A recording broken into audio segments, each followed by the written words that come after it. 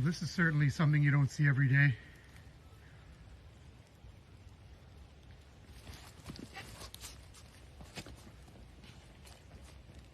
I'm gonna go get some gloves and break these two bitches up.